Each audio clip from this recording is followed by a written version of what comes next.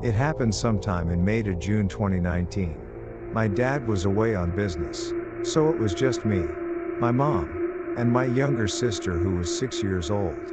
It was late afternoon when I was in the kitchen with my mom. We were chatting while she was cooking. Let me describe our kitchen. The kitchen was on the left and the bathroom was on the other side. So if you are standing in the kitchen, you can see who is going to the toilet. My mom was facing the wall and I was leaning against the kitchen cabinet but looking at my mom. Suddenly, my younger sister came running, went to the toilet and slammed the door. We ignored it, thinking that she was in a hurry. 25 minutes passed and I asked my mom, "What is taking her so long? Why isn't she coming out?" My mom said, "Go and see." I checked the toilet, but to my surprise, there was no one there. Even the light was off. I told my mother and she said, "That's impossible. Go ask your sister." When I went to her room, she was fast asleep. I was shocked and scared to the core. I told my mother and she was scared too. Who had come into our house? When my sister woke up, we asked her if she had gone to the toilet.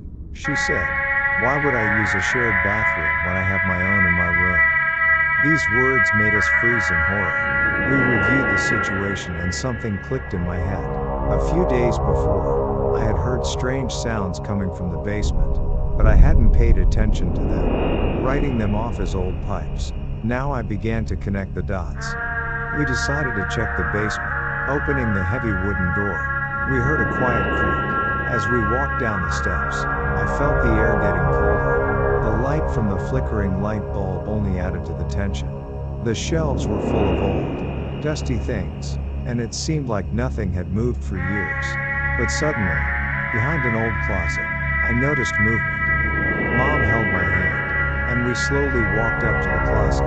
When we pulled it aside, a narrow passage was revealed. There were traces of dirt on the floor, and it was clear that someone had recently passed through here. We stood there in horror, not knowing what to do next. Suddenly, we heard a quiet groan. It came from the depths of the passage. I gathered all my courage and stepped forward, holding a flashlight in my hand. In the dim light, I saw the silhouette of a person sitting on the floor. As I got closer, it became clear that it was our missing neighbor, whom no one had seen for the past 2 years. She looked exhausted and confused. We called the police, and she told them a terrible story about how she was held captive. But someone or something was still in the house. We felt his presence, but we couldn't understand what it was.